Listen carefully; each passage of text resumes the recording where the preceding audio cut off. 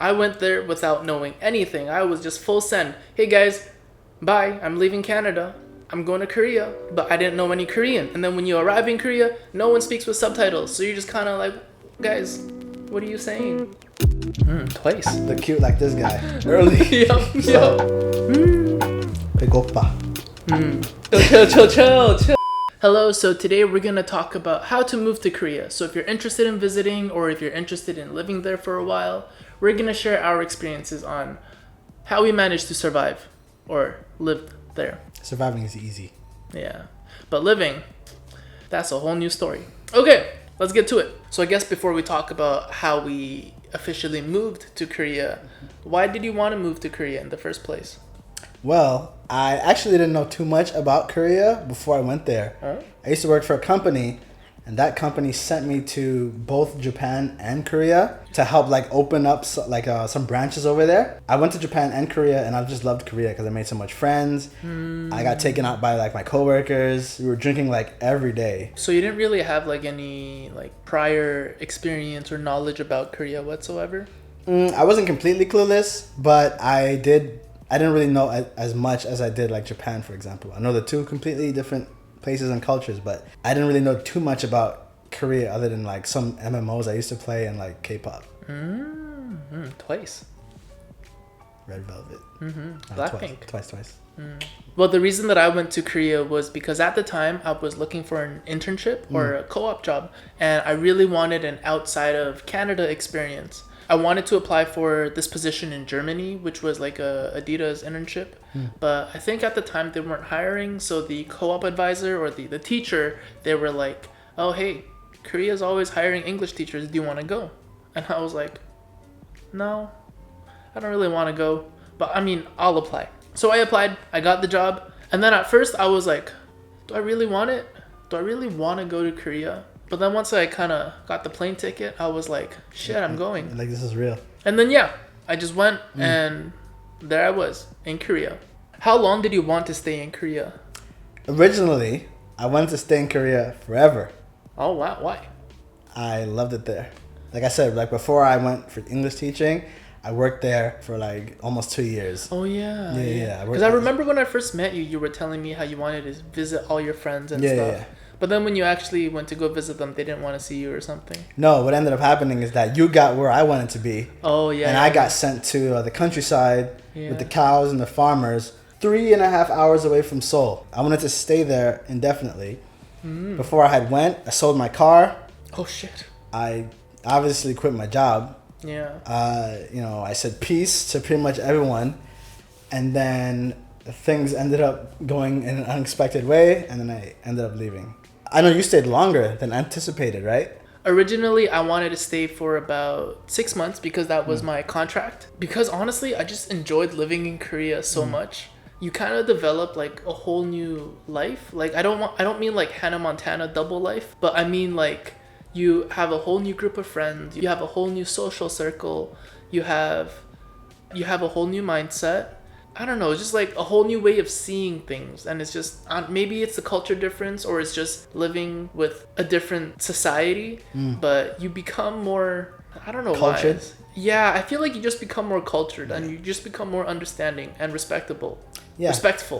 When you travel to different cultures, countries, and experience different cultures for an extended period of time, most people who have a bad time when they travel it's because they're too busy fighting against it. That is true, yeah. Did you have a hard time assimilating at all? No. Wow. I thought being a black person in Korea could be really hard. It can be. I remember distinctly there was one time I was getting my haircut done. So I was getting my haircut in Itaewon by a bunch of Nigerians. And the guy found out I was Nigerian. And the whole time he was cutting my hair, he's like, yeah, they don't like us, man. They don't like us. They keep, when I sit down in the subway, they'll move away from me. And the whole time I kept thinking, it's because your breath stinks. I swear to God, my eyes were burning as he was giving me my hairline. And the whole time I'm thinking no, it's not. It has nothing to do with the fact that you're black. It's that you smell so freaking bad. Damn, bro. So obviously I can see the truth, right? It's because he stinks, but he thinks it's because of the color of his skin. So obviously maybe he has other circumstances I don't know about. Can't speak for his whole situation. But I don't think race has much to do with it at all. Okay, so now let's get into the actual question that, people want to know. How did you move to Korea? How do you move to Korea? There's a lot of different ways to move. It depends on a lot of things. Depends on your age, what you're studying, and the type of visa you need to get, I guess. I feel like the most popular way is through a job. Yes. Yeah. A lot of people, both young and old, teach English. Yeah. Honestly, teaching English is so easy because for native speakers, like if you're American, if you grew up, honestly, if you pass high school, you can just go to Korea and be like, hey, I can teach you English. No? Depends on your mindset. That is true, yeah. It's easy to go there and do it, but to actually perform is different. Oh, yeah, that is also true. We had two very different schools. My role was like the whole school, I was the English guy. Yeah. You were like the fun guy. the fun dude that just popped in, said some jokes, and then left early. Yep, that was me. So I guess the first way to move to Korea is through a job. The second way maybe just to visit or date someone there. Yeah, because if you can find a girlfriend or a boyfriend that's Korean, and then if you want to live with them, I think that's possible, right? Only if you're married. If you get married. Yeah. So I guess marry someone Korean, number 2. It's so easy. It's the easiest one. The third way to move to Korea is through a school or studying abroad. I know a lot of students in Canada or America, they're always, I want to go out travel. I want to live in another country and I want to do school. And then they move to Korea or they move to Japan and then they do their studies over there. And the last way that we can think of to get to Korea or to move to Korea is through a work sponsorship. Which is probably the hardest one. Yeah. For this one, you have to be highly educated. And by that, I mean you need to have this certain degree in a certain field, apply for a job, get hired, then that job has to sponsor you, which essentially means they pay and facilitate your visa process. My best advice, just do the English teaching job. It's easy, it's quick, and the reward can be really high if you know how to live. For those who might be interested or are wondering, what program did you use to get to Korea? The program that I started off with was the Talk program. I guess the parent company of Talk is actually called Epic. Yeah, this is by no means like a sponsorship video. It's just we're talking about how we actually managed to go there. I'll put the link in the description, so if you guys are interested, go check it out. Apart from English teaching, are there any other jobs that foreigners can get to go to Korea? Essentially, any job, really. You just need to know Korean. That is also true, yeah. All of these options we've been saying, it all assumes that you don't know Korean because you don't need to know Korean for them. But if you are fluent, your options are extremely vast because you just need to essentially go there, talk to the right people, and then you can get a place. I guess that also goes into the next part where if you do want to move to Korea, it really does help if you make an effort into learning the actual language. I went there without knowing anything. I was just full send. Hey guys, bye, I'm leaving Canada. I'm going to Korea, but I didn't know any Korean. And then when you arrive in Korea, no one speaks with subtitles. So you're just kind of like, guys, what are you saying? Meanwhile, I already have a background in studying. I studied Japanese for like damn near 10 years now. So I was studying Korean for like a good 6 months before I went. So I had a foundation. If you're very open-minded, you're very comfortable speaking to random people, you can go without any prior experience. But if you do have just a little bit of knowledge or background, it'll go a long way. Honestly, all you need to say is hello in Korean. That is true. And then the grandmas would be like, oh my God, you speak so well. And then they'll just start hammering away at Korean, just like... That is true. Or just smile, look cute, and bow. Yeah. It only works when you're, look cute like this guy. No. If you look like a savage, good luck. When I was living in Korea, though, when I didn't know how to communicate, it was a lot of it was body language and gestures. Kind of like... Yeah, it's the same way. Honestly, that's the same way you're going to teach too. There was a method they taught us. It was show, don't tell.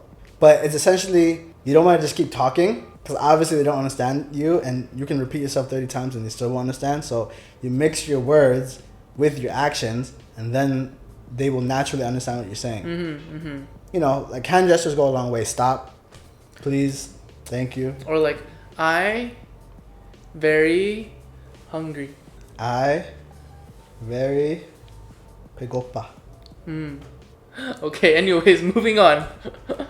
When you moved to Korea, how was setting up bank information, immigration paper signing, how was setting that all up? So thankfully for us, all the bank stuff got handled in a group. So we actually didn't have to do that Right. initially on our own. But if you didn't have help doing that, good luck, because they don't really want, not that they don't want to, but they also don't speak English at the bank and stuff. So it's going to be very hard if you don't have any connections. Yeah. I had to go to the bank to make another account later on, but where I went, they actually did speak English. Oh, nice. So I guess if you're in Seoul, you should be okay. They just tell you what to sign and you just sign and hope you're not getting scammed. Yeah, hope you don't get scammed. The program that we were in gave us a lot of help setting everything up. So we didn't have to worry about anything. All our bank account was there and we just literally put the card in, get your money, go. But if you do set up your own bank though, it can be a little hard like you said. People there don't speak English. And another thing about Korea is that there's so much online banking. Especially when you send money to people, you have like a freaking card that you gotta like match the numbers with the numbers on your phone or something, and so it gets very complicated if you can't speak Korean or read Korean. It's easy once you get used to it. Yeah. But that entry barrier, the initial kind of reading, it's hard. I think over time, once you realize which numbers you gotta put in or how you navigate, then it becomes easy. But when you're learning everything at the beginning, oh, good luck, GG's. One huge plus is that everything when it comes to mobile banking or transferring, it's all instant. Like literally instant. Yeah. If I send him money, I get it right away. He'll get it within seconds, like withdrawable within seconds. Yeah. So now assuming that you guys want to move to Korea, how about the living expenses? How did you manage that when you were there? So we're going to say this a lot, but because of our program that we were in. Right. Also, our program, I think if you apply for the Talk program, you get 1,500 USD per month. But your rent is covered. Yeah, so they will pay for your rent. You are responsible for electricity and food, heat. Oh yeah, electricity and heat's different. Yeah, electricity, heat, and food. Yeah. And traveling and all that good stuff. Yeah. So you're really not spending that much. But that's only if you do one of those programs we mentioned. If you were to go in any other way, obviously you'd be responsible for all of that. Yeah. Rent is heavily dependent, like all places where you are located. If you're in Seoul, it's going to be extremely expensive. And you're not going to get much real estate for your money. Just like New York or any other sort of extremely popular and busy city. Transportation, on the other hand, is very cheap though. Especially taxis, so much cheaper than America, Canada.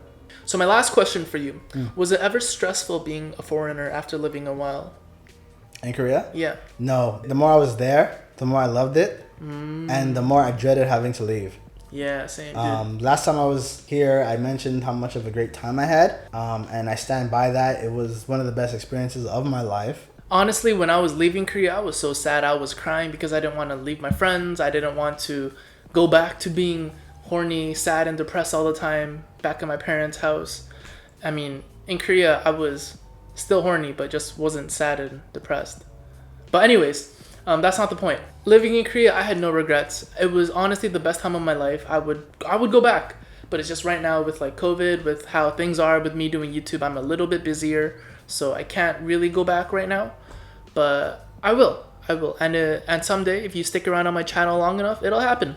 It'll be a vlog. I'll be there too. Yeah. Living in Korea with Kevin and Fitz.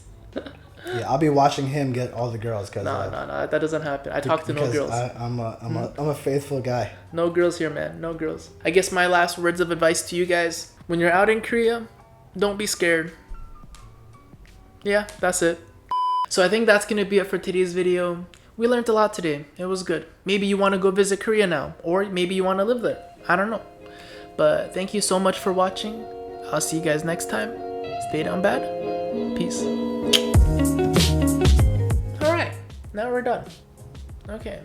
So you want to go to the strip club now? Dude, I don't even need to go to the strip club. I'll just go chill.